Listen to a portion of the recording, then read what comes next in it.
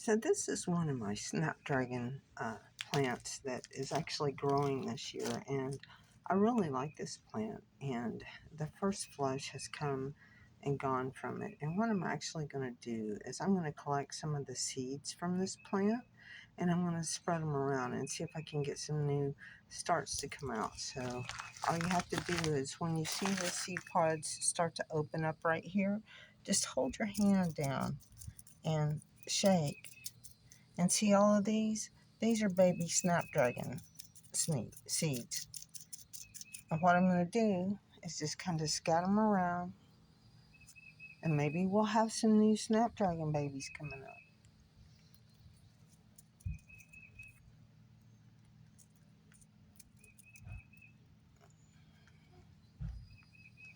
Hopefully we'll get lots of new ones.